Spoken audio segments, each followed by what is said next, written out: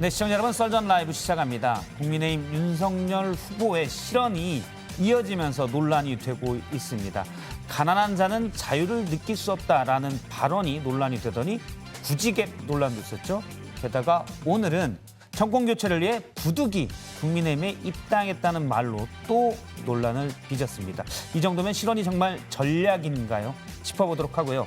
더불어민주당의 이재명 후보, 최근 극단적인 선택을 한 전 성남도시개발공사 김문기 처장을 시장 재직 때는 몰랐다라고 어제 얘기했는데요. 시장 재직 때 함께 10박 해외 출장을 간 사진이 공개됐습니다. 몰랐었을까요? 역시 짚어보도록 하겠습니다. 오늘 패널은 더불어민주당 이재명 선대위의 장경태 의원, 그리고 국민의힘 윤석열 선대위의 김병민 대변인이 함께합니다. 네, 이성대 기자, 뉴스 썰기는 어떤 뉴스를 썰어볼 건가요? 네, 지금 선대위 보직을 사퇴한 이준석 대표 연일 그 발언을 세게 하고 있는데 자, 오늘은 그 논란의 핵심이죠. 윤핵관의 정체에 대해서 직접 밝혔습니다. 아, 이준석 대표가 보는 윤핵관. 네, 윤핵관의 정체를 폭로한 거죠. 예, 이따 공개되는 거 예. 보도록 하고요. 영끌 인터뷰는요? 네, 국세청이 고액 상습 체납자 명단을 공개했습니다.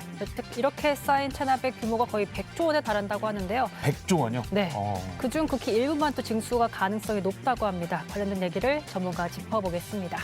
네, 썰전 라이브 본격적으로 시작합니다.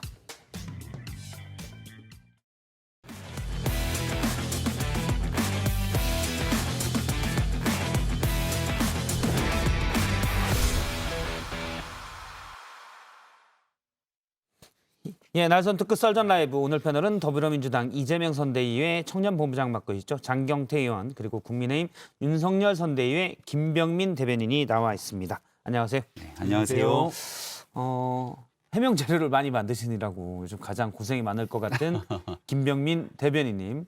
일단 논리적으로 완성된 걸 만들어야 되는데 쉽지 않을 것 같기도 합니다. 그래도 뭐 네. 끝준지 하지. 제가 그래서 분장실에서 있다가 생각이 막 나더라고요. 힘드실 것 같아서. 썰전 라이브에 올 때마다 여러 가지 그냥 음식물들을 많이 받아갑니다. 네. 타우리는 보니까 거기 안 나와 있고 비타민 500mg. 예. 오늘 주신 힘내십시오. 네, 이 음료 덕분에 또 열심히 썰전 라이브에서 장경태는 뭐 그렇게 힘들 것 같진 않고 아니, 어제부터- 제작비 문제도 있어서 하나만 일단 준비했습니다. 네. 어제부터 전 썰전 나오고 싶어서 많이 기대가 되더라고요. 근데 오늘 또 더 그 기대감을 충족시켜 주셨습니다. 감사합니다. 네. 앞서 대기실에서 제가 장경태 의원을 잠깐 봤는데 매우 미묘한 감정이 휩싸였더라고요. 계속 약 올리고 싶은 감정, 또 하나는 그래도 오랫동안 김병민 대변인님을 잘 알았는데 안쓰럽다, 이런 감정을 동시에 저 느끼는. 기분 알거든요. 저도 예. 정말 방송 나가기 싫은 날이 있긴 한데 네, 그런 감정이었을 것 같아서. 그런데 실제 조금 있으면 네. 후자 쪽에, 아니 전자 쪽에 약 올리고 싶은 마음을 더 강하게 할 것 같긴 합니다. 일단 논란이 되는 얘기들을 짚어보도록 하겠습니다. 첫 번째 주제는 연이은 윤석열 후보의 실언인데요. 강지영 아나운서가 준비했습니다. 윤석열 국민의힘 후보의 시대 역주행 발언이 논란입니다. 학생들 휴대폰으로 말이죠. 앱을 깔면은 어느 기업이 지금 어떤 종류의 그 사람을 필요로 한다고 하는 것을 실시간 정보를 얻을 수 있을 때가 아마 여기 아마 한 1, 2학년 학생이 계시다면 졸업하기 전에 생길 것 같아요. 앱으로 일자리를 찾고 직원을 구하는 건 지금 또 가능한 것으로 알고 있었는데 아니었나요? 당장 민주당에선 1998년부터 구인구직 서비스가 시작됐다라고 비판했고요. 국민의힘 지지자들도 얼마나 세상 물정을 모르면이라는 반응을 내놨습니다. 윤 후보의 실언은 여기에서 그치지 않았습니다. 국빈의 생활을 하고 배운 것이 없는 사람은 자유가 뭔지도 모를 뿐 아니라 자유가 왜 개인에게 필요한지에 대한 그 필요성 자체를 느끼지를 못한다. 일정 수준의 교육과 경제력이 자유에 중요하다는 말을 하려고 한 것 같긴 한데 사용한 단어나 표현법이 극단적이다 보니 듣는 사람이 불쾌할 여지가 많습니다. 논란이 거세지자 김종인 위원장이 나서서 의미가 잘못 전달된 것 같다라고 해명했지만 실수가 반복되면 실력이란 말이 있죠. 윤 후보의 잇따른 설화, 실수일까요? 실력일까요? 예, 첫 번째 주제는 윤석열의 1998로 잡았습니다. 1998은 사실은 민주당 쪽에서 이미 구인구직 인터넷 사이트가 1998년에 나왔다라는 말로 해서 1998로 했는데 뭐 오늘도 또 얘기가 있는데 그건 뒤에서 좀 보도록 하고 어제 오후에 나온 얘기 그러니까 구직 앱 전북대 학생들과 나눴던 대화죠. 학생들이 지금 1, 2학년 학생들이 졸업할 때쯤이면 실시간으로 원하는 일자리를 매칭해주는 자리가 생길 거다. 예. 사실 제가 이메일을 보냈어요. 라는 것과 똑같은 놀라움이 있어서. 꼭 그렇지는 않습니다. 아, 그런가요? 네. 사실 민주당이 네. 이 정권을 처음에 시작했을 때 혁신 성장을 굉장히 강조했습니다.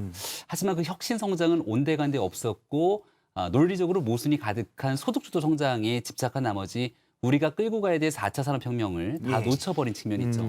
윤석열 후보가 지난날 얼마 전에 얘기했던 일 중에 하나가 바로 디지털 플랫폼 정부를 만들겠다는 거였습니다. 영국에는 23개 부처를 다 통합하고 이를 통해서 아마존, 구글처럼 실질적인 하나의 플랫폼에서 빅데이터 그리고 인공지능이 결합돼 있는 여러 가지 서비스들을 제공했을 때 국민의 삶의 가치들이 높아질 것을 얘기한 적이 예. 있는데요.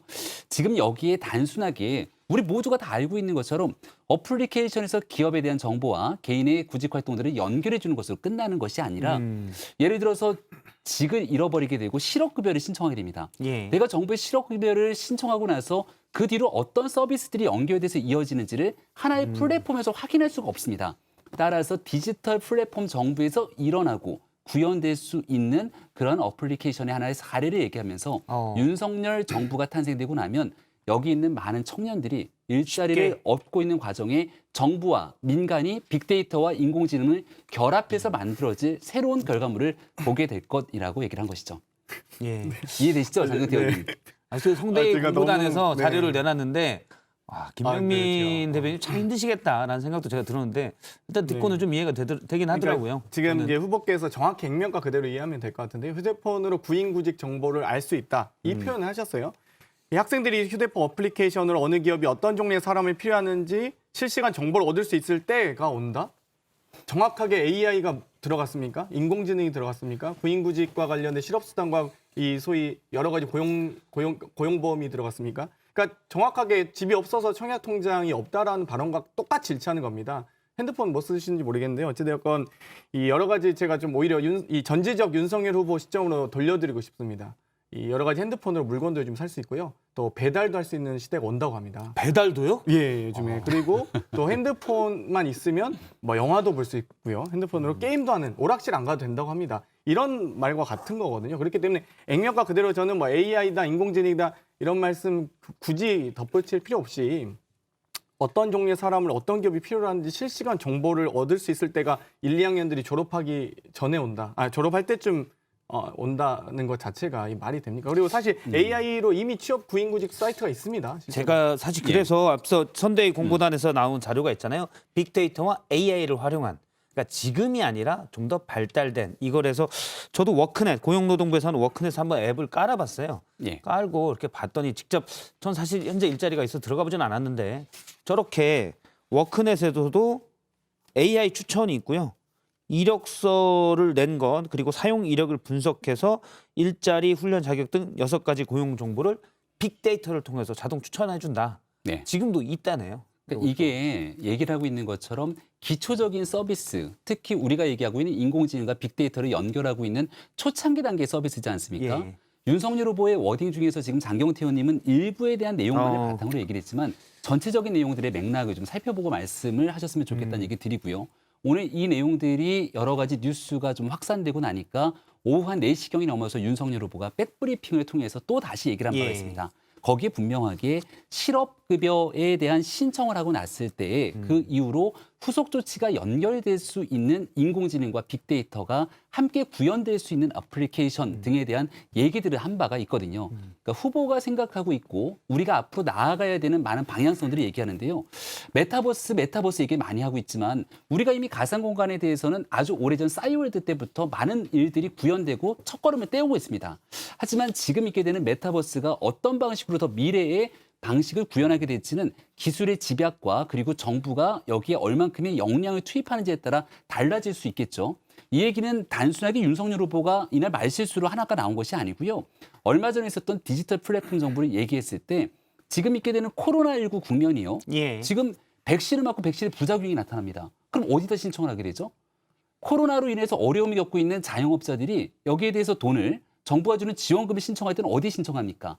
이 모든 것들이 다 산발적으로 있기 때문에 정부가 이 내용을 플랫폼으로 통합하고 여기에 빅데이터와 인공지능을 결합할 때 국민의 서비스가 향상된다는 내용들이 단순한 코로나의 복지뿐만이 아니라 청년들에 대한 일자리, 노동에 관련된 것까지 모두 함께 구현될 수 있음을 얘기했기 때문에 얼마 전에 윤석열 후보가 예. 의료진뿐만 아니라 방역을 위해서는 과학도 접목돼야 맞습니다. 된다라고 얘기는 했죠. 그리고 이게 그런데 이제 민간과 정부가 함께 당연한 소리 결합돼야 아닌가요? 된다는 얘기를 하고 아무튼 있습니다. 저는 김병민 정부가 그 대변인이 당연한 걸 그렇게 안 하고 있지 말씀하신 않습니까? 거는 아마 김병민 대변인이 알아서 알고 얘기하신 것 같긴 한데 이 윤석열 후보가 말씀하신 건 사실 믿을 수는 없습니다. 왜냐하면 이미 다른 자리에서 누군가로부터 조언을 듣고 나서 실업급여를 했을 가능성이 높다. 그리고 이미 김영주 고용노동부 장관 시절에 워크넷이 여러 가지 전 부처에 산발적으로 흩어져 있던 모든 이 취업 정보를 다 통합한 게 워크넷이거든요. 워크넷이 출범한 이후에 대부분의 고용 정보, 앞으로의 연봉부터 해서 여러 가지 휴가 관련된 것들, 고용 근로 조건이 다 총망라되어 있는 사이트입니다. 그리고 실제로 AI가 작동해서 이 취업 정보들을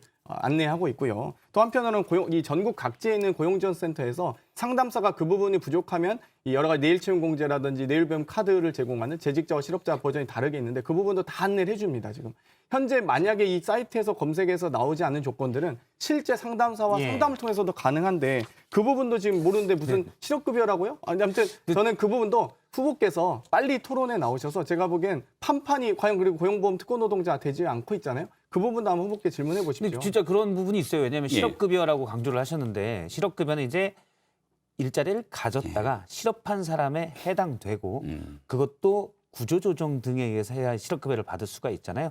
자신이 원해서 의원 면직의 경우는 이제 그냥 안 되니까. 그러니까 그래서 사실은 실업급여보다 이력서로 보는 게 보다 광범위한 데이터가 맞을 것 같고 실제 워크넷이 그렇게 하고 있어요. AI. 이력서라는 건 취업 정보, 예. 이력서라는 건 개인이 가지고 있는 개인의 이력을 바탕으로 이제 구직을 원하게 되는 회사와의 연결 과정들을 맡게 되는 건데 예. 윤 후보가 정작 얘기하고 싶었던 부분들은 결국 디지털 플랫폼 정보에서 꼭 필요한 것은 민간의 영역만으로 해당되는 것이 아니고 정부의 영역만으로 해당되는 것이 아니라 이 두 개가 빅데이터 기반하에 잘 섞여야 된다는 얘기를 하고 있는 겁니다. 예. 근데 지금 단순하게 이력서 기반으로 정부가 줄 수 있는 이 연결고리 역할만으로 끝나는 것이 아니라 정부는 가지고 있는 많은 공적 재원을 바탕으로 구직을 원하는 청년들에게 그리고 구직을 원하는 많은 노동자들에게 예. 여러 가지 혜택들을 주게 되는데 그것이 단순하게 서비스로 끝나는 것이 아니라 그 이후에 연결될 수 있는 구직 활동들과 다 맞물려 있어야 된다는 얘기를 하게 된 것이거든요. 예. 현재 있게 되는 여러 가지 정부의 서비스가 그 내용들의 발전의 속도가 아직까지는 뒤쫓아오지 못하고 있기 때문에 여기에 대한 얘기를 한 것이죠. 이게 왜 문제가 됩니까? 이 취업 정보 사이트를 구축하시겠다고 발언했는데 거기에 지금 포장지는 실업급여, 퇴직 정보 사이트까지 구축하겠다고 하시는 거거든요. 근데 여러 가지 고용보험이든 여러 가지 사대보험에 대해서도 직장에 따라서 또 고용 형태에 따라서 매우 다릅니다. 그렇기 때문에 이 부분에 대해서도 사실 뭐 여러 가지 설명해 주시긴 하셨는데요. 어찌되었건 차라리 이 부족하거나 모르시는 부분이 있으면 모른다. 혹은 본인이 여러 가지 사이트에 대해서 오해가 좀 있었는데 좀 자세하게 몰랐던 것 같다라고 오히려 실제 이 전북 행사의 경우 이미 사실 학생들이 많이 기다리고 있는데 사실 지각한 것까지 아니었습니까? 그러니까 지각까지 했음에도 불구하고 이런 실언했기 때문에 더 비판을 받는 거죠. 저는 사실 네. 제가 이제 굳이 들어가자면 장경태 의원이 얘기할 줄 알았는데 안 하셔가지고 제가 하면 뭐 이력서는 과장될 수도 있으니까 정확한 실업급여를 하자는 거 아닌가. 그것까지 제가 그것까지는 안 하겠습니다. 그렇게 얘기하실 줄인데 너무 김병민 대변인님을 아끼시네요. 그런 얘기 하실 줄 알았는데. 아니 본인이 다니는 직장도 기억하지 못하는 분들도 수두룩하나요? 한 분인 것 같긴 한데요. 아무튼 넘어가시죠. 알겠습니다.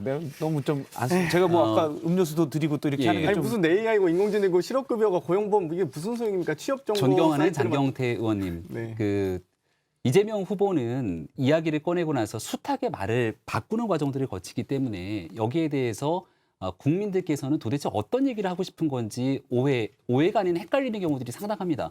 윤석열 후보가 이야기를 전달하는 과정에서 나타났던 내용들이 있는데 그중에 일정한 부분들만 꼽아서 계속되는 네거티브 공세들을 하게 된다면 저는 국민들께서 이제 7일 정도 남았나요? 예. 남은 대통령 선거 국면에 이렇게 말꼬리를 잡는 선거전들을 꼭 보고 싶어 하실까라는 생각이 들기도 합니다. 예, 알겠습니다. 그러면 짧게 일단 좀 말씀드리고 싶은데요. 저도 어찌되었건 부정식품을 이 가난한 이 국민에게 제공해야 된다는 발언이라든지 청약통장이 집이 없어서 청약통장 모른다든지 정규직과 비정규직의 차이가 없다든지 이런 발언 다 구구절절하게 얘기하고 싶지는 않습니다. 오실 다만 때마다 얘기하고 있죠. 어찌되었건 한 번씩은 언급을 해야 될 것 같은데 예. 어찌되었건 저는 너무 모르시니까 이게 그동안에 이제 잘 고용 현황에 대해서 잘 아시는 후보가 이런 말씀하셨다 그러면 설명이 좀 부족할 수 있었는데 혹은 답변 시간이 부족했나라고 오해할 수 있었을 겁니다. 하지만 계속적으로 이 노동 정책에 대한 전혀 이해도가 딸리는 모습을 많이 보고 있기 때문에 예. 많은 분들이 그런 거예요. 한번 노동 정책에 대해서 TV 토론 달린다는 많이 얘기는 하시고 인터뷰도 꼭 나오셨으면 좋겠습니다. 이야기가 좀 어려운 측면이 있는 것이고요. 계속 거듭 말씀을 드립니다마는 선거는 사실상 프레임이 되게 중요하다는 얘기를 하게 되는데 말에 관한 얘기를 가지고 이재명 후보가 그리고 이재명 선대위 측에서 과연 국민의힘의 이야기를 할 수 있는 자격이 있을까 이런 생각이 듭니다. 이재명 후보의 아들이 말에 관련돼서 썼던 여러 가지 글들에 대해서도 충분하게 해명되지 않는 상태로서의 문제가 여전히 남아 있고요. 이재명 후보 본인 자체가 했던 정말 천인공노할 그 욕설 영상들 때문에 아직도 이 내용을 지켜보면서 정말 국민들께서 대한민국의 대통령 후보가 이와 같은 인성을 가질 수 있는가에 대해서 의구심을 표명하기도 합니다. 선거 기간 내내 이런 방식으로 과연 공방들이 지속되는 것이 올바른 것인가에 대해서 저는 민주당 선대위도 좀 고민해봤으면 좋겠습니다. 그러게요. 여러 가지 지금 이 김종인 상임위원장께서 선대위원장께서 이제 이 선 넘지 마라라고 윤핵관 분들에게 경고도 하셨는데 이미 당 대표마저도 사퇴한 마당에 그런 말씀이 나오실지, 그러니까 국민들의 눈살을 찌푸리게 하고 있는 상황은 사실 국민의힘이 만들고 있고 계시잖아요. 그렇기 때문에 저는 오히려 좀 더 반성하고 성찰하는 과정. 저희 이재명 후보 같은 경우 여러 가지 사과하고 인정할 건 인정하고 사과할 건 사과하고 본인이 직접 여러 가지 이 대안 대책도 마련하겠다고 말씀하셨는데 지금 김건희 씨 어디 있습니까? 지금 제가 발견한 그 9가지 이 허위 예. 이력에 대해서도 하나도 설명 못 들었습니다. 저는 일주일 전의 상황과 지금의 상황이 똑같잖아요. 실제로 제가 정말 궁금한 게 저희 같은 경우는 이 소위 배우자든 후보 관련된 후보 일가의 문제든 여러 수행실장이든 여러 의원들 통해서 확인할 통로가 있습니다. 과연 국민의힘은 예. 배우자와의 연결 통로가 있습니까? 확인이 가능하십니까? 얼마 얘기는 지난번에 오히려 많이 해서 예. 배우자 얘기는 네. 지난번에 많이 그러니까 그래서 얘기해서 제가 저희가 더 오늘 하진 또 않겠지만. 리바이벌은 하진 않겠습니다. 뭐 중요하지 않다는 게 아니, 아니라 아까 대통령 욕설도 후보가 집에 마찬가지예요. 가서 확인한다고 하는 게 말이 예. 안 됩니다, 사실. 그런데 이제 앞서 했던 그 앱 얘기만 들으면 사실은 실언일 가능성이 높다고 저는 생각을 하는데 문제는 실언이 아니고 정말로 현재 기술수나 이런 것들에 대해서 약간 인식 자체가 잘 모르신다면 이거는 문제가 될 수 있다고 또 보고요. 이것도 맥락으로는 이해되는데 또 실언이 있습니다. 맥락으로는 이해되는데 표현은 이해가 안 됩니다. 가난한 자들의 자유에 대한 얘기인데요. 윤석열 후보가 어제 한 얘기입니다. 들어보겠습니다. 극빈의 생활을 하고 배운 것이 없는 사람은 자유가 뭔지도 모를 뿐 아니라 자유가 왜 개인에게 필요한지에 대한 그 필요성 자체를 느끼지를 못합니다. 상당한 정도의 또 세금을 걷어서 어려운 사람들과 함께 나눠서 그분들에 대한 교육과 경제의 기초를 만들어 주는 것이 자유의 필수적인 조건이라고 생각하고요. 물론 이제 경제적으로 좀 더 열악한 분들을 지원해야 된다라는 취지로 한 얘기는 충분히 이해가 되는데 예. 표현이 너무 과격해요. 극빈의 생활을 하고 배운 것이 없는 사람은 자유가 뭔지도 모를 뿐 아니라 배우지 않으면 자유가 뭔지를 모를까요? 극빈이 아니면 모를까요? 그래서 이거는 감수성 또는 한 대통령이 된다면 만일 또는 리더로서 당연히 가져야 할 공감 능력이 없는 것 아닌가 이 표현만 놓고 봐도 이 내용에 대해서 이제 조금 더 부연 설명을 드리면 과거에 김종인 위원장이 비상대책위원장이 취임하고 나서 한번 이런 얘기를 해서 뉴스가 된 적이 있습니다. 김이 모락모락 나는 빵이 있는데 이 빵을 사기 어려운 사람들에게는 자유를 얘기할 수 없는 것이 아닌가. 예. 그러니까 경제적인 빈곤에 따라서 실질적인 자유를 찾기 어려운 사람들에 대한 국가의 책무, 이 얘기를 얘기했던 적이 있고요. 예. 윤석열 후보의 발언이 김종인 위원장의 발언과 아마 거의 똑같은 발언일 겁니다. 근데 이제 말씀 주셨던 것처럼 표현에서의 일부 표현들, 그 내용들을 놓고 보니까 다소 오해의 소지가 일부 있을 수도 있다는 판단이 들었기 때문에 다시 한번 브리핑을 통해서 제가 드렸던 얘기들은 이런 얘기였다고 바로잡았던 측면들이 있고요. 김종인 위원장도 아마 윤 후보의 얘기가 이 경제적인 어려움을 겪고 있는 분들에게 실질적인 자유를 보장하기 위해서 국가가 해야 될 책무를 보다 굳건하게 얘기한 측면이라는 것들을 얘기했고 다시 한번 다른 의도에 대한 내용이 없었다는 점을 분명히 말씀드립니다. 자기가 한 발언에 대해서도 이렇게 반성하고 사과하지 않는 지도자가 어떻게 대통령 하겠다는 것인지 뭐 지도자인지도 모르겠습니다. 뭐 지금 당대표도 나간 마당에 어찌되었건 정말 고집불통 후보다라는 생각이 듭니다. 정치인의 자세는 비가 오면 홍수 날까 봐 걱정하고 비가 안 오면 가뭄일까 봐 걱정하는 게 전 정치인이라고 생각합니다. 그런데 윤석열 후보는 본인이 한 발언에 대해서도 반성하고 책임지지 않는 습관을 가지고 있는 것 같습니다. 극빈의 생활하고 배운 것이 없는 사람은 자유가 뭔지도 모를 뿐만 아니라 필요성 자체를 느끼지 못한다라고 발언하신 겁니다. 이거는 국민께 사과하셔야 되고 지금 이 옹호하실 필요가 없고요. 근데 여기 이 발언을 끝났으면 제가 말씀드리지 않겠습니다. 80년 민주화는 외국에서 수입해온 민주주의입니까? 그렇게 생각하세요? 그럼 현재 이 촛불 민심과 대한민국 국민들의 민주화, 현재 대한민국 6공화국의 민주주의는 외국에서 수입해온 민주화라고 생각하십니까? 내용만 이렇게 딱 끊어갖고 말씀하시면 저도 아니, 두 똑같은 개가 너무 방식으로 같은 인식이기 이재명 때문에 후보가 말씀드린 그동안 겁니다. 얘기해왔던 내용들만 딱 끊어갖고서는 그 지점만 갖고 계속 네거티브 정치 공세성 발언들을 이어갈 수밖에 없습니다. 말씀을 주셨으니까 오늘 있었던 내용 중에서 이제 민주화 운동에 관련된 얘기를 했는데 사실은 민주화 운동 이전에 우리 장경태 의원님도 너무 잘 알고 있는 것처럼 더불어민주당의 주요 주축으로 활동하시는 분들이 8.6 운동권 학생운동을 했던 인사들 아닙니까? 그중에는 이제 주사파를 비롯해서 과거에 있었던 이념 편향적인 학생운동을 있었던 분들이 많다는 것도 부인할 수 없는 사실일 겁니다. 그러한 내용의 보편적인, 복합적인 얘기를 꺼냈던 것이고요.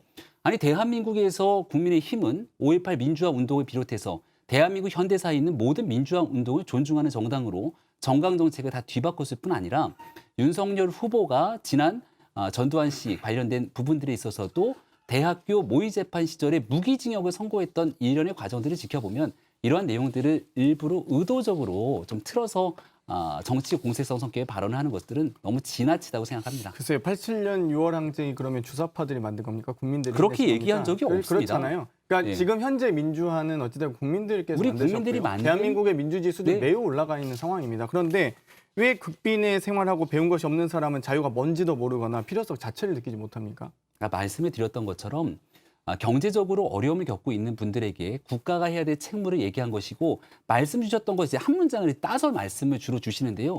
예를 들어서 장경태 의원님이 우리 방송 나와서 했던 얘기들 중에 한두 문장만 따서 얘기하면 가짜뉴스를 비롯해서 사실관계에 어긋난 일들이 한두 가지가 아닙니다. 그런 것들을 이재명 후보는 안 그렇겠습니까? 그랬으면 국민의힘은 바로 고발했을 겁니다. 아이고, 지금 그런 내용들을 말씀하신 갖고 얘기는 하지 부분의 않죠. 문장을 제가 오늘 한 얘기죠. 네. 오늘 이제 호남 지역에 방문했을 때 한 얘기인데 이 얘기입니다. 원래 이제 문재인 정부의 인사 관련 얘기를 하다가 정부 인사 발표 때마다 보면 어떻게 저런 사람들이 저 위치에 있느냐. 80년대 민주화 운동 하신 분들도 많이 있지만 그 민주화 운동이 그야말로 자유민주주의 정신에 따라 하는 민주화 운동이 아니고 어디 외국에서 수입해온 이념에 사로잡혀 예. 민주화 운동을 한 분들과 같은 길을 걸은 것이다. 그런데 민주화 운동 폄훼 논란이 일었고 윤석열 후보가 다시 해명하면서 외국 이념은 당시 남미했던 종속 이론이나 네. 주체 사상을 얘기한 것이다라고 얘기한 주체 바 사상을 있습니다. 외국에서 온 이론이라고 생각하세요? 그러니까 다시 한번 말씀드립니다마는 우리 대한민국의 민주화를 위해서 헌신하셨던 분들에 대한 존중, 존경의 마음을 윤 후보가 늘 가지고 있고 하지만 이 80년대의 민주화 운동을 본인들이 전유물인 것처럼 활동하고 있었던 많은 정치인들이 지금 우리 장경태 의원님이 속해 있는 아니, 당이지 저는- 않습니까? 한마디만 얘기를 좀 정리하고 넘어가겠습니다. 우리 이재명 후보가 방송 토론에 나와서 한참 얘기를 했을 때 그 발언했던 내용들 때문에 결국은 경기도지사직이 날아갈 뻔한 적도 있습니다. 재판 결과가 왜 엎어졌는지는 알고 계십니까? 방송에 나와서 했던 얘기들 중에 이 내용을 의도성으로 한 것이 아니라 실질적으로 했던 내용 중에서 발언이 다소 왜곡되거나 발언이 다소 틀릴 수 있는 부분들이 있던 점을 인지를 했기 때문에 여기에 대해서 의도적인 거짓말이라고 판단하지 않았겠죠. 윤석열 후보가 나와서 연설문 원고를 넣고 읽은 것이 아니라 전체적인 맥락의 발언들 하는 과정에 한두 마디가 다소 일부 오해 소지의 표현이 있다 하더라도 그 내용을 가지고 너무 지나치게 정치 공세를 하게 된다면 이재명 후보의 지난 발언들, 재판까지 갔던 발언들은 어떻게 생각해야 됩니까? 앞서 이제 다시 그 얘기로 돌아가서 예. 가난한 자들의 자유에 얘기해서 맥락은 저는 이해가 됩니다. 사실 경제적 지원을 해야 된다라는 취지였기 때문에 대신 표현이 자꾸 그러면 예. 그런 표현들이 지금 많이 나왔거든요. 김병민 대변인이 정말 힘들게 해명이 필요할 정도의 그런 표현들이 많이 나와서 사실 표현도 중요합니다. 왜냐하면 감수성이나 공감 능력이 떨어진다는 지적을 충분히 받을 수 있어요. 네, 그래서 태도도 중요하거든요. 그런 지적에 대해서는 저희가 늘 국민들께서 주시는 마음들을 겸허하게 받아들이고 수용하면서 많은 고민들을 하고 있다 이렇게 다시 한번 말씀을 드리고요. 예. 하지만 이 내용들이 국민들로부터 주시는 목소리 이전에 이 지금은 대통령 선거가 얼마 남지 않는 국면에서 상대 정당인 민주당이 지나친 정치 공세가 이어지고 있으면 이 내용에 대해서도 반박할 수밖에 없는 내용임을 예. 다시 한번 말씀드립니다. 네, 지금 뭐 제가 한두 번이 또 아니기 때문에 있어서, 말씀드린 겁니다. 예, 지금 한두 번이 아닌 걸 잠시만요. 저도 제가 대법원 있어서. 판결 잠깐 얘기하고 가야 되는데요. 이 자기 홍보나 해명에 대한 부분은 순간적인 표현에 대해서 대법원이 인정하고 있고요. 상대 후보를 비방하는 부분에 대해서 강력하게 처벌합니다. 이게 선거법 판결이 좀 다르다 이런 말씀 드리고 싶고요. 예. 이 계속적으로 전두환 씨가 정치는 뭐 잘했다부터 시작해서 연이어서 이런 이 민주주의에 대한 뭘 이해, 뭘 지각한 발언들이 이어지고 있기 때문에 저희가 이제 지적할 수밖에 전두환 씨 없고요. 발언은 이재명 후보에 했던 발언은 어떻게 생각하십니까? 그 부분은 전두환 씨 그럼 존경하는 전두환 씨라면 제가 존경하는 겁니까? 그럼 이재명 후보의 발언이 전혀 얘기했던 내용들이 앞뒤가 안 맞는다는 얘기인가요? 아니, 아니, 저는 이재명 후보가 분명히 비판하고 전제적 전제적 효과에 봅니다. 대해서는 평가를 한 바 공과 있습니다. 과가 있다고 얘기하지 않았습니까? 하지만 100대 0은 아니라고 저도 다른 방송에서 그런 얘기를 한 적은 얘기를 없는데요. 했는데요. 이재명 후보는 공과 과가 있다. 99대 1이라도 잘한 게 있을 수는 있겠죠. 그 정도의 윤석열 후보가 표현입니다. 얘기했을 때는 민주당은 그런 식으로 얘기하지 않지 근데 않습니까? 전두환 씨 정치 잘했다고 하신 분이 있어서 그리고 걔한테 사과주고 그 이러시니까. 당시에 송영기 대표가 전두환 씨에 대해서는 공과 과를 나는 대상이 아니라 그랬는데 지금도 전두환 씨 얘기를 하니까 그럼 이재명 후보의 생각은 무엇이며 여기에 대해서 우리 장경태 의원님이 얘기하고 있는 생각이 다 다르지 않습니까? 좀 확실하게 말씀해 주시죠. 그래서 저는 어찌됐건 예. 이 100대 빵이라고 100대 빵의 인간은 존재하지 않는다고 생각합니다. 아니, 99대 1이든 99.9대 0.1이든 0.1이라도 전두환 씨가 잘한 게 있었겠죠. 뭐. 그 저는 사실 당시에는 모르겠지만 동의할 수 없지만 0.0001%도 공과 과 중에 공을 농할 대상이 아니라고 뭐 보죠. 제로는 없다고 생각합니다. 저는 이 그러면 사람이. 민주당이 그동안 처음에 윤석열 후보 비판에 이제 잘못했네요. 전두환 씨 발언이 윤석열 후보에 나왔을 때 민주당에서는 전두환 씨는 5.18 민주화 운동에 대한 폭력적 학살자죠. 탄압으로 평가의 대상 자체도 될 수가 없다라고 네. 민주당에서는 이제 얘기를 한 바가 있습니다. 그 뒤에 이제 이재명 후보가 대구 경북지역을 방문했을 때 전두환 씨가 경제에 일부 성과가 있었다. 물론 이 살인, 쿠데타 세력이란 것으로 규정은 했지만요. 예, 알겠습니다. 그러면 계속 사실 실언들이 몇 개 하나만 더 보고 들어가면 오늘 호남 일정에서 부득이 국민의힘을 선택했다는 말을 또 했습니다. 네. 이것도 해명이 좀 필요할 것 같아서. 이 내용은 잠시만 아마 지금 저희가 말을 준비를 했거든요. 예, 듣고 하죠. 듣고 하겠습니다. 꼭 듣고 싶습니다.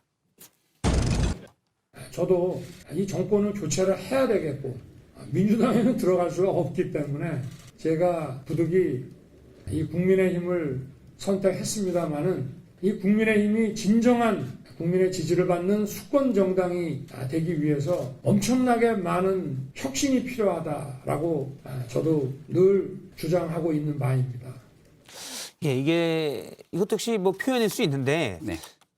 좀 비약해서 말씀드리면 어느 운동 스포츠 선수가 내가 A 구단을 들어가고 싶은데 A 구단을 들어갈 수 없기 때문에 예를 들어 그 감독이랑 사이가 안 좋든지 B 구단에 와서 열심히 하겠다 이런 맥락으로 들려서 B 구단에서는 과연 기분이 좋을까?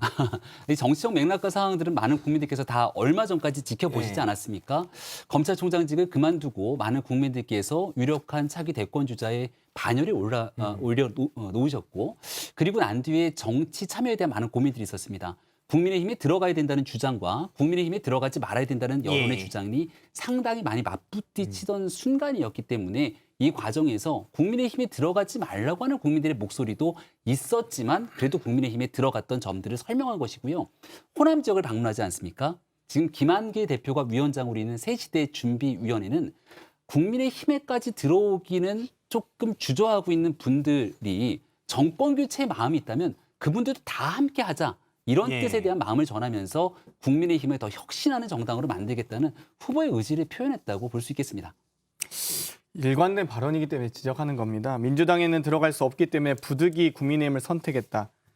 부득이라는 사전적 의미는요. 마지못하여 하는 수 없이라는 의미를 가지고 있습니다. 근데 이 발언으로 끝나면 저희가 이것까지 지적하진 않겠는데 입당한 지 3개월밖에 안 되는 수습당원이 없어져야 될 정당이라고 표현했는데 그 없어져야 될 정당의 대통령 후보가 되신 겁니다. 그리고 나서 마지못해서 왔다라고 한다면 전후 맥락을 봤을 때 이미 2개월 전에도 그렇고 지금도 그렇고 지금 계속 지금 저희가 민주주의 뭐 빈곤하고 가난하고 못 배운 사람들이 민주주의를 잘 이해하지 못한다, 혹은 필요성조차 느끼지 못한다고 표현했다가 80년대 민주화는 외국에서 들어온 민주주의다라고 표현하고 있는 그 부분이 다 맥락상 이어져 있는 겁니다. 지금 이 발언도 부득이하게 국민의힘을 선택했다고 했기 때문에 또 그 2달 전에 없어져야 될 정당이라고 얘기했기 때문에 제가 이 부분을 진짜 제가 하나 하는 물어볼게요. 겁니다. 없어져야 할 정당이라는 발언의 전체 맥락이 전체 그 문장이 뭡니까? 본인이 이렇게 그런 혁신과 쇄신을 하지 못하는 정당이라면 없어져야 될 당이다라고 표현해서 하셨었죠. 아니, 정권 교체를 바라는 국민들께서 그 염원들이 쏟아지고 있는데 그 국민의 마음들을 제대로 우리가 구현하지 못하게 된다면 여기에 대해서 그런 말들을 들을 수도 있는 상황들을 언급했기 때문에 여기에 대해서 큰 문제가 되지 않았습니다. 그거는 우리 당에 관련된 얘기이기 때문에 장경태 의원님께서는 관련되는 또 다시 단어 하나를 끄집어서 정치적 공세를 피력하고 싶을지 모르겠습니다만은 그렇게 얘기를 하게 된다면 민주당 내에서도 지금 이재명 후보를 향해서 나오고 있는 숱한 얘기들이 많이 있거든요. 그 내용들을 하나 둘씩 끄집어서 이재명 후보를 공격을 취하 좋을지 저는 잘 모르겠습니다. 그러니까 어찌되건 없어져야 될 예. 당인데 또 부득이 선택하셔서 안타까운 것 같습니다. 그래서 당의 더 혁신을 얘기한 거죠. 그래서 이 불통 이 후보인데도 이렇게 불통인데 어떻게 대통령에 대해서 소통하시겠습니까? 일단 뭐 오늘 김병민 대변인이 정말 성심성의껏 열심히 그리고 찾기 힘든 논리를 찾아서서 잘 설명을 해주셨어요. 근데 당내에서 홍준표 의원이 청년의 꿈에서 이제 일부 지지자들이 이거 도대체 어떻게 해야 되냐, 너무 실언이 많다라고 하니까 나도 모르겠어요 이젠 이라고 했습니다. 자포자기의 심정이 잠깐 짧은 글에 묻어났다라고도 볼 수도 있고, 일단 뭐 당내에서 많은 분들도 후보가 실언이 많다라는 거에는 공감을 하고 있는 것 같아요. 그 좋지 않은 여론들에 대해서 정권 교체를 꿈꾸고 계신 많은 분들께서는 우리 윤석열 후보가 조금 더 잘했으면 좋겠는데 예. 더 많은 국민들께 많은 사랑을 받았으면 좋겠는데라고 얘기해 주시는 분들도 있습니다. 홍준표 후보 입장에서도 많은 사람들과 소통하는 과정에서 정권 교체를 원하지 정권 교체를 바라지 않는 그런 국민의힘의 정치인들이 과연 누가 있을까, 저는 이런 예. 생각이 들거든요. 지금 제기되고 있는 많은 어려움, 이 위기를 잘 극복하고 이겨내기를 바라는 마음에서 한마디 두마디 얘기들을 건넸다고 생각합니다. 이런 윤핵관 분들이 이제는 불통을 벗어던지고 정신 차려야 된다고 생각합니다. 그러니까 어찌되건 경선을 함께했던 홍준표 후보, 유승민 후보 나타나지 않고 있습니다. 또 김건희 씨도 나타나지 않고 있고요. 심지어 당대표마저도 사퇴했습니다. 마지막 남은 소위 최후의 보루라고 할까요? 김종인 아마 대표가 선대위원장이 총괄. 만약 총괄 선대위원장이 사퇴하는 불상사가 발생한다면 아마 뭐 후보 교체론까지 얘기 나오지 않을까 이런 생각이 듭니다. 민주당에서는 뭐 그런 불상사를 원하는 듯한 절연한 표정을 제가 읽을 수가 있었습니다. 아니 뭐 제가 보기에는 이미 그 김종인 대표께서도 상당히 엄중히 경고하신 거예요. 이미 그 선대위원장 모두 발언에서도 이 윤핵관 선 넘지 마라라고 하셨죠. 자기 역할에 충실하지 자기 역할 이외의 것은 관여하지 말아라라고 하신 겁니다. 선 넘지 말라고 하신 거거든요. 이 부분은 저는 뭐 해명하시면 해명하시는데 좀 이 부분은 정말 엄중히 반성하고 예. 성찰하셨으면 좋겠습니다. 참고로 후보 교체로는 민주당 내에서 나온 얘기 아닙니까? 모르겠습니다. 좀 국민의힘이 진짜 더 뜨겁게 모르십니까? 지금 올라오는 것 같습니다. 제가 보니까 뭐 저희는- 양쪽에 다 조금씩 저희는 있는 것 오늘 같아요. 근데 이낙연 뭐 지지자들이 워낙 예. 많으니까 이런 얘기하는 분도 있고 저런 얘기하는 네. 분도 있고 그러니까 그럴 저희는 텐데. 이재명 후보와 이낙연 대표가 함께 또 이 국가비전위원장을 공동위원장 맡으셨는데 홍준표 후보는 뭐 잘 모르겠다고 하시고 아주 계십니다. 오랜만에 두 분이 만났는데 지금 이재명 후보가 문재인 정부와 연일 각을 세우면서 다른 목소리를 내는 걸 보면 오늘 두 분이 만나기는 했는데 앞으로 시간을 쭉 지켜보면서 똑같은 메시지를 낼지는 좀 지켜봐야겠죠. 그러면 그토록 예. 많은 기간 동안에 왜 안 만나고 오늘에서야 만나는 건지에 대한 궁금증도 있고요. 홍준표 후보 얘기했는데 홍준표 후보 선대위에서 참여했던 조경태 의원을 비롯한 여명 당시 대변인 많은 사람들이 지금 우리 선대위에 합류해서 함께 소통하고 있고요. 불통이라는 표현들을 자꾸 쓰시는데 저는 이 불통의 대명사가 광화문에서 소주 한잔하는 대통령이 되겠다. 광화문에서 격이 없이 시민들과 토론하겠다는 문재인 대통령 토론하는 모습 혹시 보셨습니까? 국민과의 대화 많이 하셨죠. 국민과의 대화 역대 말고 이 약속하셨던. 대통령 중에 가장 많이 하셨습니다. 국민께 이 오바마 약속했던. 대통령과 박근혜 대통령이 정말 이 같이 정상회담 하시고 이 브리핑 하시면서 한마디도 못하던 뭐 가엾은 대통령이라고 표현했었나요? 어쨌든 이 오바마 대통령의 발언이 떠오르는데요. 다시 한번 윤석열 후보가 TV 토론에서 혹은 인터뷰도 지금 안 하고 계시잖아요. 방송 빨리 인터뷰 열심히 하고 출연하셔서 있습니다. 네. 뭐 정제된 내용만 하지 마시고 라이브로 꼭 출연하셔서 썰전 라이브요? 전설전 라이브 한번 했으면 좋겠습니다. 그리고 실제로 우리가 깼어요, 윤석열 제가. 후보님과 통화 연결하시고 저도 이재명 후보님과 통화 연결하겠습니다. 하시겠습니까? 뭐라고요? 전화 연결하셔서 윤석열 후보와 제가 전화 여기 연결하시면 썰점 라이브에서 전화 연결을 만약 하면 지금 동시간대 하고 있는 경쟁 방송사에서 난리가 날 것 같은데요. 예. 또 이렇게 배려심이 근데 제가 하나만 네. 여쭤보면 그 지금 이준석 대표 사실 뭐 거의 선대위 뛰쳐나갔고 선대위 내부 갈등이 뛰쳐나갔다기? 심한데 네. 뭐 걸어 나갔든 심한데 네. 지금 후보는 계속 지역 일정, 예정된 일정을 하잖아요. 제가 볼 땐 이 일단 안을 다독거리고 이게 더 중요할 것 같은데 네. 어떻습니까? 그런 조언을 안 합니까? 여러 가지 선택의 경우들이 있겠죠. 그리고 특히 지역 일정 같은 경우는 오래전부터 여기에 대해서 약속들을 해놨던 일이기 때문에 후보가 지역에 계신 분들과 해놨던 약속들을 함께 이어가는 것들이 중요하다고 아마 판단했을 것이고요.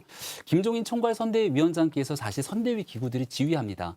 이준석 대표가 당의 대표지만 선거 때는 당의 선거를 지휘하는 선거대책기구의 장으로서 김종인 위원장의 지휘를 받고 있기 때문에 그 안에서 김종인 위원장이 이 문제를 수습하고 선대위를 제대로 끌고 갈 수 있는 역량을 발휘하겠다고 한 만큼 김종인 위원장에게 알겠습니다. 그 역할을 제가 부여했다고 이제 생각했습니다. 선대위 내부의 문제지만 사실 만일 윤석열 후보가 대통령이 된다면 뭐 내각이나 또는 내부 어떤 중요한 문제가 있을 때 일의 우선순위를 만약 놓치고 있다면 이것도 중요한 문제여서 여쭤봤고요. 지금까지 고생하셨습니다. 이제 이재명 후보 너무 아니 잠깐만요. 근데 네. 지역과의 시간이 너무 약속을 많이 얘기하셨는데 해서. 울산에서 대표와의 약속은 기억하지 못하십니까? 무슨 그리고 약속을 이 말하는 거죠? 지난 조수진 3일 네. 울산 조수진 회동에서 전권을 주겠다는 공보단장이 얘기를 선대 상임 선대 이준석 상임 선대위원장의 소속인 상임 선대위원장 산하인 공보단장이 후보에게 직보하겠다라고 발언하고 나서 그 언성이 높아지고 이 파탄이 난 거 아니겠습니까? 그때 이준석 당시 선대위원장은 분명히 윤석열 후보에게 시간을 줬습니다. 윤석열 후보 이 조수진 공보단장을 내보냈으면 좋겠다라고 말을 하셨고 거기에 대해서 윤석열 후보의 발언이 뭐였냐면 그게 다 민주주의고 그게 다 정치 아니겠습니까? 했습니다. 알아서 싸우고 알아서 그 해라는 거 문제를 갖고 아닙니까? 얘기한 건 아니고 당에서 이제 쾅 소리가 나고 시끄러웠던 부분에 대한 얘기들을 아마도 전달했던 과정이고요.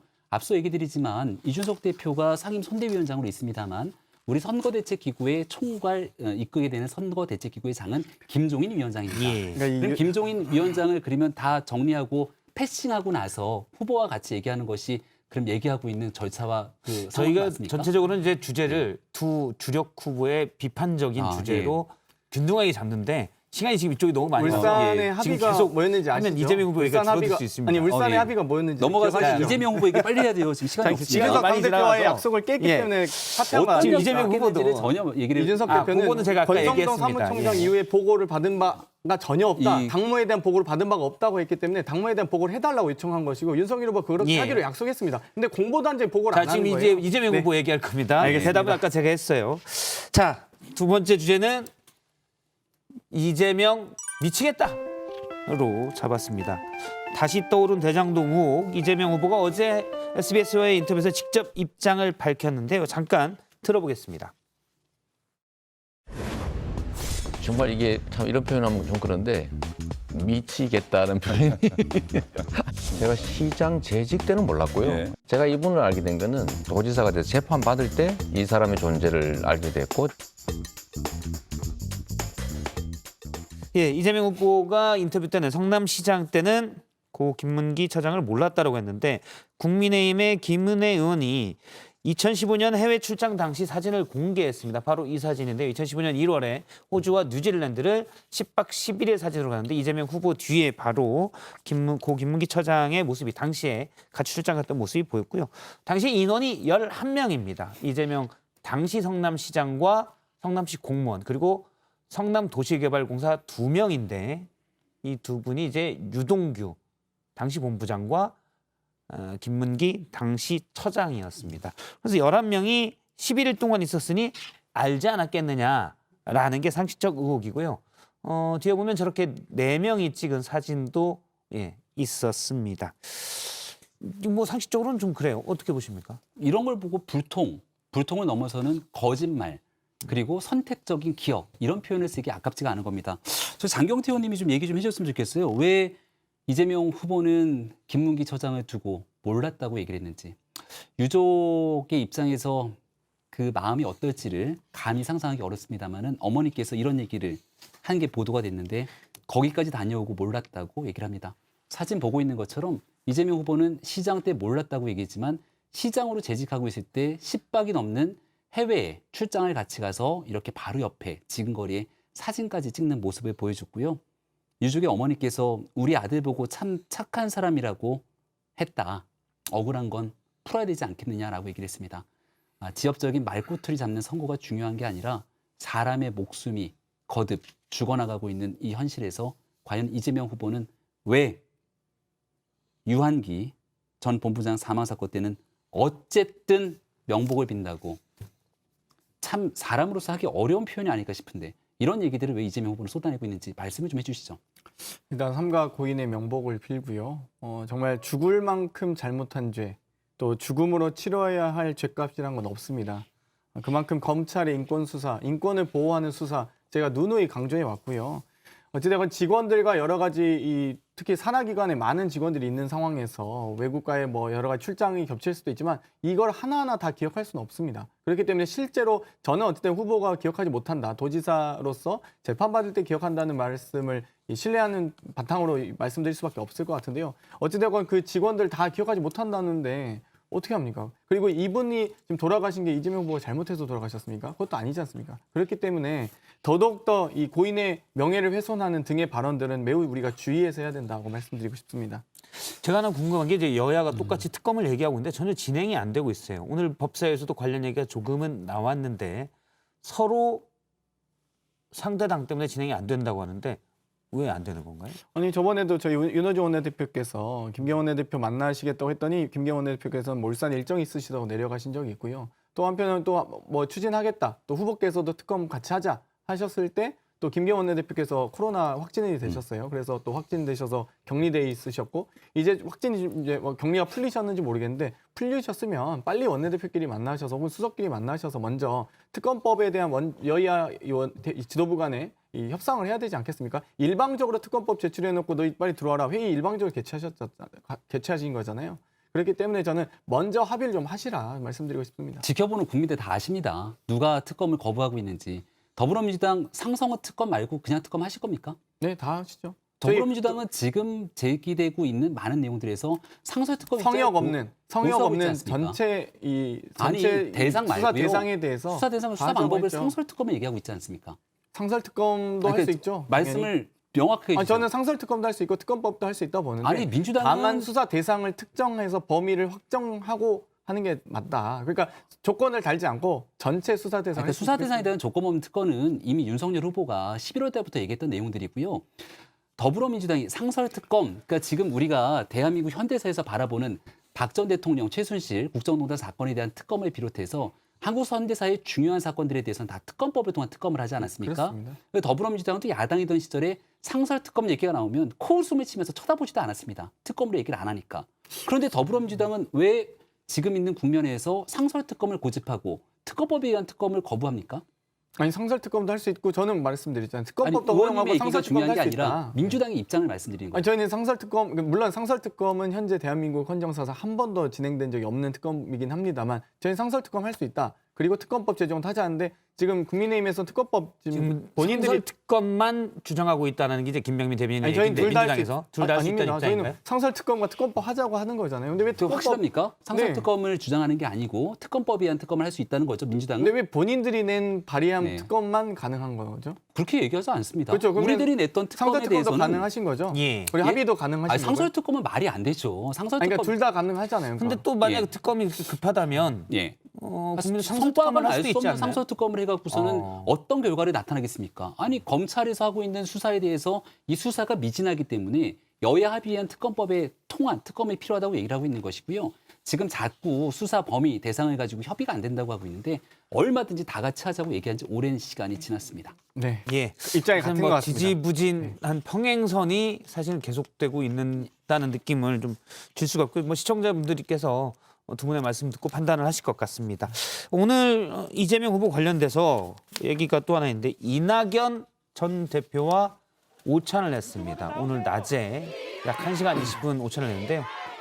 옆에 현장감들도 좀 나오는데 주변에서는 이제 이낙연 전 대표의 지지자 또 이재명 후보의 지지자들이 서로 약간은 충돌이 될 뻔한 모습도 좀 있었다고 합니다.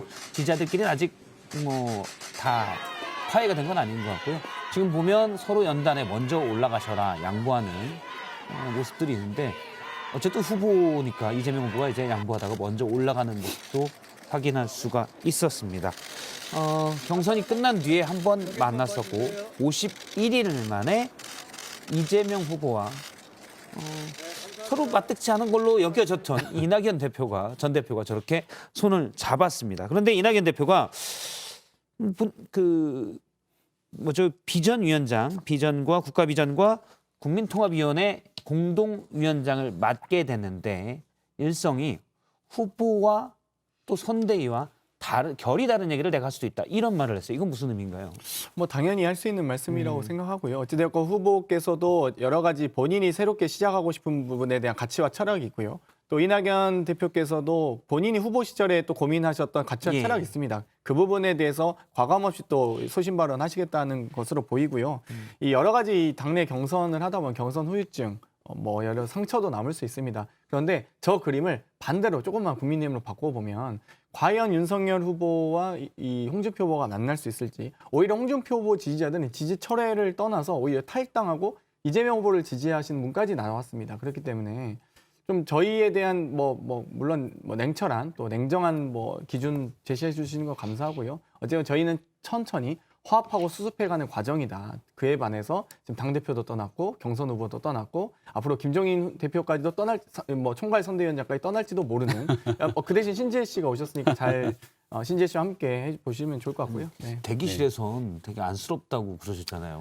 아니, 오늘 카메라가 방송이야. 켜져서 그런 건가요? 왜? 방송 나오실 땐 힘드시겠지만 어찌됐건 다 떠나시기 전인데 저는 역시 윤핵관들의 공과사가 깔끔한 장경태 윤핵관 분들이 좀 더 반성하고 좀 더 낮은 자세 보이면 어떨까 이런 생각이 들거든요. 네. 이 후보께서 하신 발언은 아무 문제 없고 본인들이 하는 여러 가지 선 넘는 행동들도 아무 문제가 없다고 합니다. 제가 방금도 아까 말씀드렸듯이 울산에서의 당대표의 저 합의 얘기 좀 해주면 될까요? 네, 그 부분은 말씀 지켜라. 너무 많이 하신 것 같아서 울산 얘기는 제 얘기 좀 하겠습니다. 안쓰럽다면서요. 주제에 좀 맞는 얘기를 하시고요. 저는 주제에 딱 맞게 이낙연 대표랑 이제 모습이 보였으니까 한 꽤 오랜 기간 동안 참 만나지 않아서 오늘에 있었던 일시적인 봉합이 얼마나 갈지도 궁금하고요. 두 번째로 좀 물어보고 싶어요. 언론 보도에 나왔던 것 중에 이낙연 후보 나왔으니까 이번 보궐선거 때 후보 안 낸다고 하던데 맞습니까? 그 부분 결정된 적은 없습니다. 그런 논의를 한 건 맞습니까? 아니 고민할 수는 있죠. 당내에서 네, 모든 다양한 걸 놓고. 귀책 사유가 있는 건에 대해서는 이제 민주당이 후보를 내지 않겠다고 하는 측면을 얘기했던 것 같은데 이낙연 후보의 종로 문제를 두고서도 만약 후보를 내지 않으면 이낙연 후보의 귀책 사유를 인정하는 거잖아요. 그렇진 않죠. 정치적 왜 그러죠? 판단에 의해서 할 수는 있다고 보고요. 이 당의 이 후보 공천에 대한 부분은 당 지도부가 해당 그 여러 가지 정무적 상황을 고려해서 할 수도 있고 안 할 수도 있는 겁니다. 그러니까 여러 그런데 이 재보궐선거와 이 재선거, 보궐선거와 재선거제기 이 다르기 때문에 사안마다 그 부분에 대해서는 저희가 아주 고위 전략 단위에서 논의할 수 있다고 봅니다. 제가 말씀을 드리는 것은 언론에 이제 보도가 났던 내용 중에서 민주당이 그런 고민이 있다는 것이 나왔고 여기에 대해서 이낙연 후보 측이 바라봤을 때는 이게 내가 잘못한 귀책 사유 때문에 여기 공천을 안 하겠다는 거야? 이렇게 바라볼 수 있는 여지들이 충분히 있습니다. 갈등에 관한 한 가지 단면을 얘기 드린 것이고요. 얘기를 했을 때는 조금 전에 김종인 위원장이 그만둘 거다 이렇게 얘기를 하는데 아니 김종인 위원장이 여기에서 열심히 총괄 선대위원장이 이걸 잘 수행하고 있고 어떤 갈등의 여지도 없는데 그런 주장을 하시려면 뭔가 하나의 근거나 보도됐던 내용들을 바탕으로 좀 얘기를 하셔야지 일방적으로 이렇게 좀 본인의 바람을 담아서 얘기하게 되는 것은 정치적으로나 설득의 의미들이 전혀 존재하지 않는다 얘기를 드리면서 이낙연 후보는 누가 뭐래도 이 문재인 정부를 같이 이어서 상징하고 있는 인물인데 이재명 후보가 점점점 대통령과 거리를 두고 멀어지고 있는 현 상황에서 두 분이 같은 목소리를 마지막 70여일 동안 낼 수 있을지 저는 잘 믿음이 가지 않습니다. 네, 꼭 홍준표 후보님과 이준석 대표에게도 그렇게 말씀하시기 바랍니다. 알겠습니다. 여기까지 이제 얘기를 들었고요. 다음은 강재원 아나운서가 오늘 정치권에 있었던 일들을 좀 눈에 띄는 일들을 모아봤습니다. 강재원 아나운서의 썰픽입니다. 네, 정치권에 쏟아진 말들 정리해봤습니다. 여의도를 세종시로 심상정 정의당 후보 오늘은 대규모 공공주택 공급을 공약하면서 국회의사당의 세종시 전면 이전도 약속했습니다. 국회 부지에는 청년과 사회초년 직장인 1, 2가구를 중심으로 또 대법원과 대검찰청 부지에는 고령 가구를 중심으로 유니버셜 디자인을 적용한 2, 3인 가구 중심의 공공주택을 공급할 계획입니다. 그러니까 국회의사당, 대법원, 대검찰청 모두 옮겨버리고 그 자리에 공공주택을 지어서 공급하겠다라는 건데요. 도시 꾸미기 게임도 아니고 매번 선거 때마다 드러낸다는 여의도 아직 건재합니다. 이 보시죠. 윤석열 장모 징역 1년. 윤석열 국민의힘 대선 후보의 장모 최 씨가 사문서 위조, 부동산 실명법 위반 등의 혐의로 징역 1년을 선고받았습니다. 경기 성남시 도촌동에 땅을 사면서 마치 은행에 347억 원이 있는 것처럼 통장 잔액증명서를 위조한 혐의인데요. 앞서 최 씨는 요양병원 불법 운영 혐의로도 1심에서 징역 3년을 선고받은 바 있습니다. 이리 보시죠. 공수처는 게슈타포. 오늘 국민의힘 윤한홍 의원이 국회 법사위 전체 회의에서 한 말입니다. 독재 국가의 게시타포가 될 것이다. 이게 독재 국가에서 있는 일이 아니고 뭡니까? 단순 통수 사찰이 아니에요. 지금 대선에 개입하고 있는 겁니다, 공수처가. 공수처는 최근 언론인, 야당 정치인 등 수십 명의 통신 자료를 조회했다는 의혹을 받고 있는데요. 특히 공수처 관련 기사를 쓴 기자의 가족 통신 자료까지 조회해서 사찰 논란으로까지 커졌습니다. 정의당 역시 공수처가 시민 상대로 그 칼을 뽑는다면 즉시 역사에서 사라질 것이라며 비판했습니다. 여러분이 픽한 오늘의 썰 무엇인가요? 예, 강정 아나운서가 세 가지 썰을 소개를 했는데요. 장경태 의원님부터 먼저 하나 골라서 촌철살인을 해주신다면. 윤석열 장모 징역 1년인데요. 예. 사문서 위조, 부동산 실명법 위반, 정말 국민적 공분을 샀던 부동산 투기 혐의가 결국 징역 1년을 선고받았습니다. 앞서 이 요양병원 불법 운영 혐의로도 징역 3년을 선고받았는데요. 현재 일가와 관련된 이 검찰과 경찰의 수사가 이어지고 있는 것이 14건입니다. 거기에 23곳, 이 장모의 23곳의 땅이 압류 중이시죠. 재산상으로 아마 1,000억이 넘어갈 것으로 보이는데 맞습니까? 모르겠습니다만 어쨌든 그 부분도 차근차근 해명해 가시길 바라겠습니다. 예. 예. 1분도 안 썼네요, 해명하실 제가 계획이 진짜. 재판부의 선고가 난 것이고요. 예, 법 앞에는 성격이 없이 누구나 평등한 것 아니겠습니까? 일단 뭐 관련된 내용들에 대해서는 재판 결과를 일단은 지켜볼 수밖에 없는 상황이다 이렇게 말씀드립니다. 제가 보니까 이제 윤석열 선대위에서는 장모권은 일단 손을 떼는 걸로. 장모는 이제 너무 멀다. 전혀 네. 보호할 생각이 없으신데요. 어찌됐건 김건희 사실 씨의 뭐 장모가 이제 허위 이력도 가깝다면 가깝고 또 멀다면 징역 먼 4년 상태에서 구형하시면 되죠. 가까운 것은 이제 가족 중에서도 아들에 관한 일이 참 많이 가까울 예. 텐데요.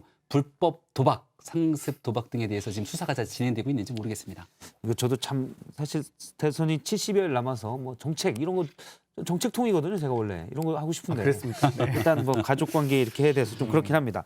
자, 네. 김병민 대변인도 하나를 골라서 썰픽의 1위가 된 이유가 있겠죠. 예. 가장 관심이 많은 공수처는 게슈타포라고 얘기했던. 우리 임모 작가가 예. 이거 고릅니다 이거. 지금 공수처에서 이 통신기록 조회했던 게 무더기로 속출하고 있지 않습니까? 저도 며칠 전에 신청을 해서 크리스마스가 지나고 나면 나올 것 같아요. 야. 근데 저처럼 신청하고 있는 사람이 굉장히 많이 있는 상태이고 우리보다 조금 발빠른 사람들이 신청했던 내용들에서 나온 것만 이 정도입니다. 예. 고위공직자 범죄수사처 이르려고 만든 겁니까?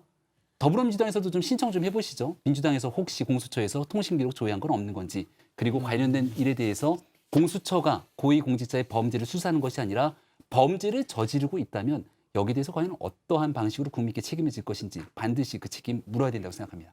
그러게 얼마 전에 국정원과 군사이버사령부에서 도청하고 뭐 댓글 조작하고 했던 게 엊그저께 같은데 어찌되었건 이 통신 자료를 조회할 수 있는 소중한 권리를 맡는 게 더불어민주당이라고 좀 더 말씀드리고 싶고요. 언론인과 야당 정치인에 대해서 과거에도 검찰과 경찰이 많이 통신 기록을 조회해 갖고 저도 사실 실제로 이 박근혜 정권 시절에 조회 신청을 한 적이 있습니다. 실제로 뭐 조회 이력은 없었지만 제가 취재는 없어서. 근데 어찌되었건 그런 부분에 대해서 조회할 수 있는 권리가 있다. 그 부분을 좀 다시 말씀드리고 싶습니다. 공수처가 별 문제가 없다는 얘기신 통신 거죠? 자료 이 수사 대상이라면 여러 이 비리 혐의와 연루된 분들이 많으시잖아요. 야당 정치인들 중에서 그렇기 때문에 이 부분에 대해서만 조회하신 걸로 근데 이제 보입니다. 저 언론에 보도된 건 일부 방송국의 모 기자의 가족까지 조회가 돼서 근데 그 기자가 이제 옛날에 공수처 관련 기사 쓴 기사인데 가족까지 조회한 건 이 부분 좀 일단 이 조회는 심하지 않았냐 만으로 이런 얘기가 나온 것 비판하지 같습니다. 마시고 혐의를 보시죠. 공수처의 예. 수사 대상이 이 기자의 가족은 전혀 포함이 되지 않는다는 점을 다시 한번 말씀드립니다. 알겠습니다. 오늘 썰피까지 해서 김병민 대변인 네, 고생하셨습니다. 언제 또 고생하실 것도 같긴 한데 다음 주에는 좋은 뉴스를 찾아뵙겠습니다. 알겠습니다. 두 분 말씀 여기까지 듣도록 하겠습니다. 고맙습니다. 고맙습니다. 감사합니다.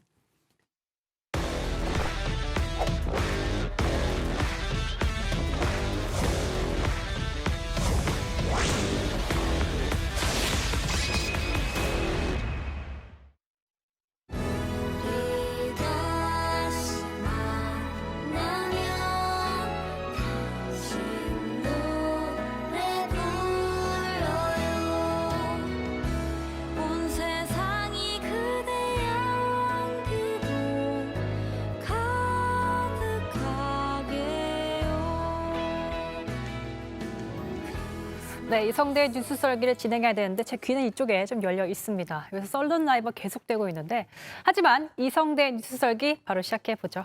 네, 오늘 준비한 자료 이겁니다. 그 전혀 선대위에 참여하지 않는 것으로 알려진 장제원 의원께서 저도 모르는 얘기를 막 줄줄이 내놓기 시작해요. 무슨 정치 장교입니까? 무슨 뭐 블랙 요원입니까? 왔냐? 너 정체가 뭐냐? 자, 정체가 탄로난 아저씨가 아니라 윤핵관. 윤핵관 드디어 나왔습니다. 자, 그동안 국민의힘 갈등 사태의 원인 제공자로 지목돼 온 윤핵관이 누구인지 이준석 대표가 공개적으로 이름을 밝혔습니다. 그렇습니다. 사실 정치권에서는 누군지 거의 알려져 있었죠. 지금까지 알려져 있었지만 대놓고 그 실명을 직접 언급하진 않아왔어요. 뭐 예를 들어 그 해리포터의 볼드모트 같은 그런 느낌인 거죠. 말을 하면 안 되는. 그런데 오늘 마침내 이준석 대표가 그 신분을 노출한 거죠. 자, 누구냐? 바로 장제원 의원인 겁니다. 사실 그동안 뭐 언론도 특정인을 확정해서 쓰진 않았지만 저희가 뭐 뉴스설계에서 윤핵관 관련 이슈를 다뤘고 그럴 때마다 사실 누군지 짐작은 하면서 얘기를 전해드렸었습니다. 그런데 공식적으로 언급하지 않았던 그 볼드모트 같은 윤핵관이 드디어 직접 언급이 됐어요. 네, 뭐 일단은 이거는 이준석 대표가 언급했다라는 거지 당사자로 지목된 장제원 의원은 나는 윤핵관이 아니다라고 일단 부정을 하고 있어요. 그 존재 자체는 좀 더 논쟁이 될 수 있는 건데 자, 일단 어쨌든 간에 이렇게 장 의원에 대해서 윤핵관이라고 얘기를 하면서 이런 또 별칭이 생긴 거죠. 그동안 장 의원에 대해서는 자, 뭐 문고리 3인방이다. 뭐 여러 가지가 있었죠. 또 장순식이다 이런 얘기가 있었는데 오늘 이 대표가 그 신분을 노출시키면서 정치 장교다, 블랙 요원이다, 국정원의 블랙 요원이다 뭐 이렇게 얘기를 했어요. 자, 왜 이렇게 얘기를 또 했느냐? 자, 대표인 상임선대위원장인 나도 모르는 그 내부 정보를 잘 알고 있더라라고 얘기를 한 거거든요. 들어보시죠. 임태희 실장은 후보 3호에 대해서 험담을 했다고 이제 얘기하고요. 전 들어본 적이 없어요. 그러니까 선대위 참여하지 않는 장제원 의원은 어떻게 알고 있었던 건지 모르겠지만 전 들어본 적 없고 조직본부장도 타격합니다. 주호영 대표. 그러니까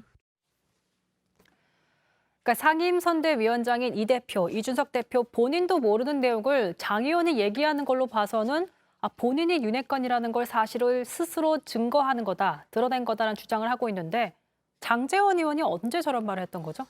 네, 저런 이야기 앞서서 엊그제였죠. 이준석 대표가 그 선대위 보직을 사퇴할 때 이제는 내가 좀 쓴소리 좀 하겠다라고 하면서 작심 비판한 글을 올린 적이 있어요. 2주 전에 저희도 소개를 해드렸죠.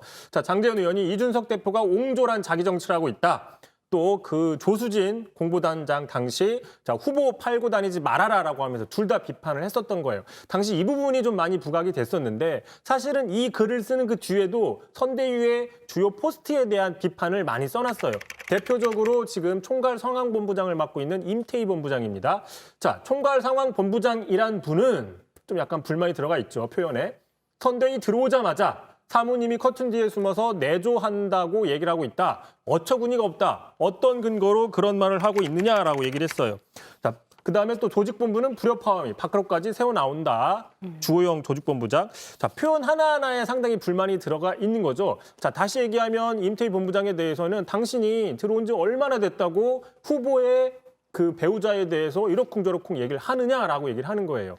바꿔 얘기하면은 나는 그걸 좀 아는 사람인데 후보의 배우자는 그런 게 아니다라는 자신의 그 스스로가 핵심 관계자라는 걸 드러내는 발언이다라는 게 바로 이준석 대표의 해석인 거죠. 그런 뉘앙스가 깔려 있다라는 얘기인 것 같습니다. 근데 이 대표가 이제 보직을 사퇴하겠다라고 근본적 그 배경을 살펴보면 김건희 씨의 허위 경력 의혹 논란에 대해서 어떻게 대응할지 의견차가 내부적으로 있었다라고 어제 저희가 전해드렸었습니다.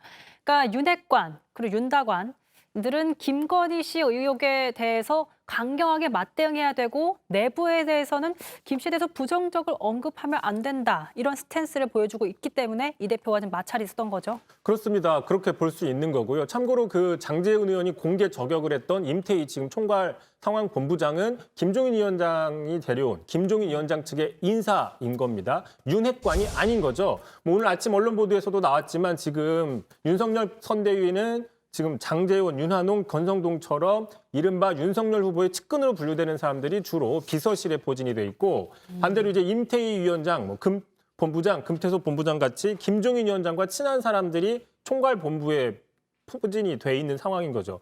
오늘 김정인 본부장은 총괄본부에 힘을 싣겠다 얘기는 했어요. 하지만 그 전에 장제원 의원이 임태희 본부장을 공개 저격했었잖아요. 네. 당신이 배우자에 대해서 뭘 아느냐라고. 바로 그 다음 날이 어제였는데, 자, 어제 임태희 본부장이 기자들 앞에서 김건희 씨에 대해서 얘기를 하는데 좀 눈에 띄는 모습을 보였습니다. 자, 잠깐 보고 가시죠. 김건희 여사 문제 관련해서 오늘은 여기까지만 하시죠. 예, 그 문제는 제가 예, 그 부분에 대해서는 지금 추가로 더 논의를 하신 게 있는지 그 문제는 여기까지만 하시죠. 예, 선대위 효율화 예, 오늘 현대 효율화 방안만 이슈로 좀 해주시면. 자, 공개 저격 이후에 좀 소극적으로 반응을 하는 모습이죠. 누가 봐도 좀 말을 아끼는 듯한 임태희 의원입니다. 근데 사실 이 대표가 보직 사퇴한 뒤에 작심하고 비판 수위를 높이는 모습입니다. 당내에서 반응 좋지 않을 것 같아요. 네, 일단 지난달 말에 1차 파동 당시에 부산에 갔었잖아요. 이준석 대표가. 부산에 가서는 장제원 의원의 지역구 사무실에 가서 이렇게 사진을 찍었어요. 사실상 윤핵관이 장제원 의원이다라고 암시를 한 게 아니냐라는 분석이 많이 나왔었죠. 하지만 이번에는 아예 이제 보직 사퇴한 뒤에는 아예 대놓고 실명을 공개한 상황입니다. 그러니까 이제 윤핵관이 아닌 척 연기를 하고 있으니 내가 더 공개를 하겠다. 뭐 이렇게 해석을 해볼 수도 있는 거죠. 또 이렇게 얘기를 했어요. 이준석 대표가. 자, 부산을 벗어나면 안 된다. 자, 부산 벗어나면 전 국민이 제보해야 된다. 누구에 대해서? 바로 장제원 의원에 대해서 이렇게 얘기를 하고 있는 겁니다. 하지만 당내에서는 자, 이준석 대표 지금 보직을 사퇴했지만 여전히 당 대표잖아요. 대표입니다. 자, 당 대표가 무슨 종편 패널 또는 제3자 관찰자 시점에서 이야기를 하는 것처럼 하는 거는 좀 부적절한 거 아니냐 이런 비판도 분명히 커지고는 있습니다. 이 대표는 장 의원이 윤핵관이라고 하고 있지만 윤석열 후보는 오늘도 출근도 안 하는데 무슨 핵관이냐라면서 이 대표의 발언을 부정했습니다. 자, 그렇다면 당사자 장 의원은 어떤 입장인가요? 네, 장 의원은 지금 현역 국회의원이잖아요. 당연히 국회에 가야 된다. 부산을 벗어나야 된다라는 입장이고요. 오늘도 법사위에 실제 출석했습니다. 자, 이준석 대표의 저격에 대해서는 맞대응 자제하겠다고 얘기를 했는데 들어보시죠. 그러니까 내가 대응을 안 하겠다고 했어요. 네? 이 감정적인 인신공격에 대해서 대응을 하면 진흙탕 싸움밖에 안 돼요. 진흙탕 싸움을 하면 국민들이 어떻게 되겠어요? 우리를 바라보는 모습이. 저희가 좀 맞는 게 사실 윤핵관이든 윤핵관이 아니든 사실 저희가 보고 싶은 모습은 절대 아닌 건 맞습니다. 하지만 이 상황이 어떻게 흘러갈지도 저희가 주의 깊게 살펴봐야겠습니다. 두 번째 썰 주제 보죠. 자, 두 번째 준비한 자료 이겁니다. Both the president and I are vaxxed, and did you get the booster? Yes. I got it too. Okay, so Don't. That's all. There's a very tiny group over there. 자, 백신 반대하더니 부스터샷 맞은 트럼프. 언행 불일치네요.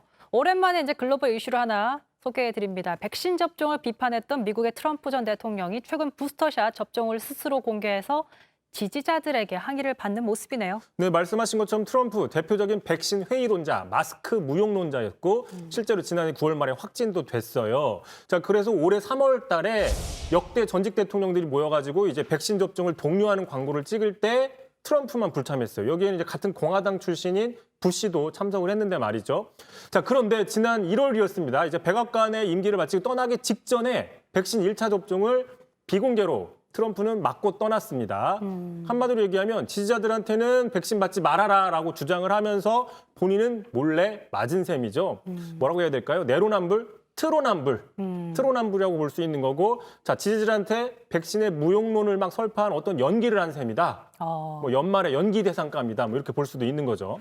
뭐 좀 엔터테인 요소가 좀 있는 사람이기 때문에 아무튼 미국에선 백신 접종 여부가 과학이 아니라 정치가 돼버린 지 꽤 됐습니다. 그렇습니다. 많이 알려졌죠. 이제 공화당 지지자들 보수층에서는 접종에 반대하고 자, 민주당 지지층에서는 백신을 찬성하는 비율이 높다. 많이 알려져 있는데 실제로 지난해 대선 결과와 그 지도를 좀 보면 비슷하게 나타나는 겁니다. 자, 보시는 왼쪽이 지난해 대선 결과고 오른쪽이 지금 백신 접종도인데 자, 트럼프를 지지했던 빨간색 주에서는 백신 접종률이 좀 떨어지고 바이든을 지지했던 양쪽 동서의 그 캘리포니아나 북동부는 파란색인데 접종률이 높은 상황을 보이고 있는 겁니다.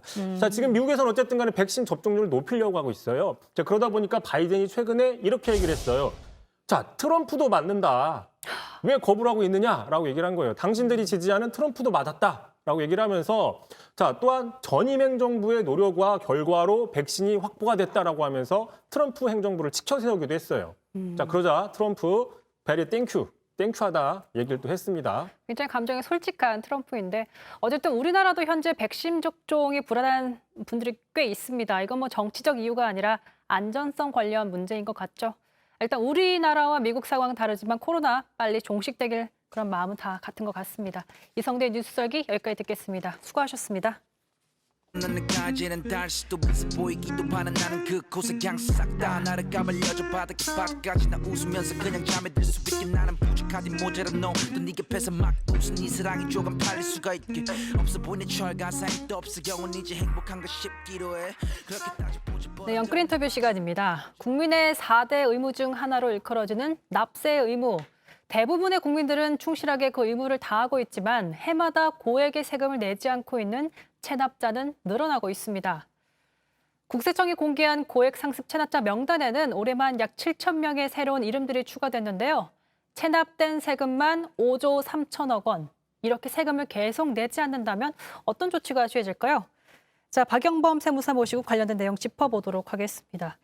자, 국세청에서 32년 동안 이런 업무를 주로 하셨기 때문에 잘 얘기해 주실 것 같아서 모셨습니다. 예, 감사합니다. 네, 국세청이 올해 이제 고액 상습 체납자 명단을 공개했는데 고액의 세금을 한 번 안 냈다고 해서 바로 공개가 되는 건 아니잖아요. 예, 맞습니다. 그 과정을 좀 설명해 주시죠. 예, 보통 바로 공개는 안 하고요. 보통 그 체납 발생일부터 1년이 지나고 그다음에 그 체납된 국세가 2억 원 이상인 납세자가 그 고액 상습 체납자로 명단을 공개하고 있습니다. 이번에 그 명단을 공개할 때 고액 상습 체납자뿐만이 아니라 그 거짓 기부금 영수증 발급하거나 그런 의무를 불이행한 그런 기부금 수령 단체도 또 공개를 했고요. 네. 또 좀 비슷한 건데 이 사기나 기타 부정한 행위로 조세를 포탈해서 유죄 판결이 확정된 조세 포탈범도 이번에 명단을 공개했습니다. 어쨌든 1년이란 기간을 주고 또 그 사이 갚을 수 있는 그런 것도 기회를 주지만 그걸 지키지 않았을 때 공개가 되는 건데 체납되면 이렇게 이름이 공개가 됩니다. 근데 이거 외에도 어떤 조치들이 내려질까요? 일단은 아까 말씀하실 때 뭐 무조건 국세청에서 체납이 됐다고 무조건 공개하는 건 아니고요. 네. 지난 3월에 일단은 그 이번에 7천 명에 대해서 먼저 명단을 당신들이 공개할 거다. 이렇게 해서 안내를 먼저 해줍니다.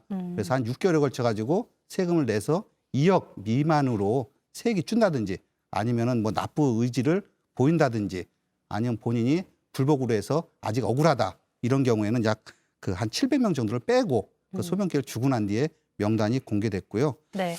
지금 그 고액 체납자가 이렇게 계속 늘어나는 거는 이제 전체적으로 그 경제 규모가 커졌기 때문에 어쩔 수 없이 좀 이렇게 세수도 커지고 체납액도 커지는 그런 자연스러운 현상도 좀 있습니다. 그래서 올해 체납액이 지난해보다 5,409억 원 늘어난 이유에 대해서는 아무래도 경제 규모가 커지기 때문에 체납액도 늘어나는 것이다. 예, 좀 올해는 그렇게 하고요. 네. 그렇게 늘어났고, 근데 작년에는 좀 더 체납액이 사실은 더 많았었습니다. 그래요? 요게 이제 보통 숫자는 2020년 기준인데 2019년은 코로나19 그 초기 아니었습니까? 네. 그때 많은 자영업자들이 이제 생업을 포기하면서 그때는 약 30조 원까지 넘어서 오히려 2019년대는 거꾸로 체납액이 좀 늘었습니다. 예. 원래 그렇다면 이렇게 매년 체납액이 증가하는 추세인 거예요? 왜 줄어들지 않는지? 전에는 그 특히 올해는 유달리 그 불법 그 도박 사이트를 운영한 그 상위 체납자들이 대폭 늘었습니다. 과거에는 좀 없었는데 네. 이번에는 그 각종 그 인터넷 사이트에서 도박 사이트를 운영하고 불법으로 운영하고 그런 수익 금액을 감추고 그래서 고발도 당하고 그래서 이제 그런 인원이 늘었는데 이제 작년에보다 이게 비교를 해보면은 한 체납액이 100억 원 이상인 고액 체납자 인원이 지난해는 한 28명인데 올해는 38명으로 10명 정도 늘어났고요. 네. 그다음에 전체 체납액도 5조 3,600억으로 아까 얘기한 대로 5,400억 정도가 더 늘어났습니다. 네. 뭐 경기에서 좀 늘어났지만 좀 이런 불법적인 그 도박 사이트 운영에서 불법 소득으로 인한 체납액이 좀 늘었습니다. 네. 근데 국세청에 따르면 이렇게 누적된 체납액이 지금 규모가 100조 정도 된다고 하는데 거기에서 징수되는 금액, 징수 가능성이 높은 금액은 또 현저히 낮다고 들었습니다. 10%에 불과하다고 하는데 이유가 뭐예요?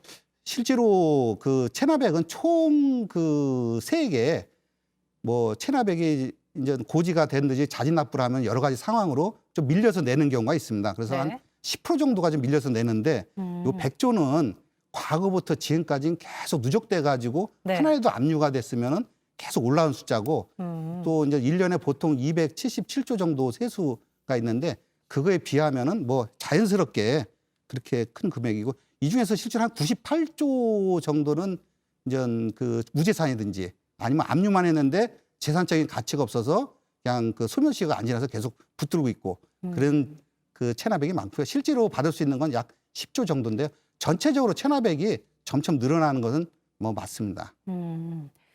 근데 이제 국제 징수 소멸 시효라는 게 있어서 예. 체납액이 있더라고 하더라도 5년 또는 10년이 지나면 국세청이 더 이상 세금을 이제 징수할 수 없다고 하는데 이걸 좀 악용하는 사례도 있다면서요? 아, 있죠.